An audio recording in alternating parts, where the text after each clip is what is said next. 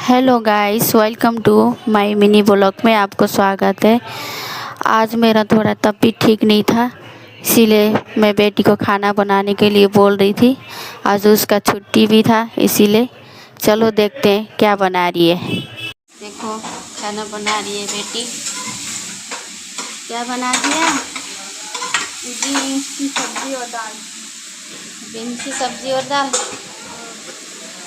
अच्छा, ये दाल है? हाँ दाल है। ये बीन्स देखो।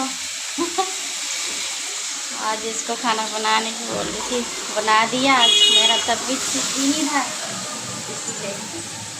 चलो गाइस, चुका है, देखती हूँ टेस्ट करके। बहुत बढ़िया बन रहा है। और अब मैं खाना खा रही हूँ और मिलते हैं नेक्स्ट वीडियो पे।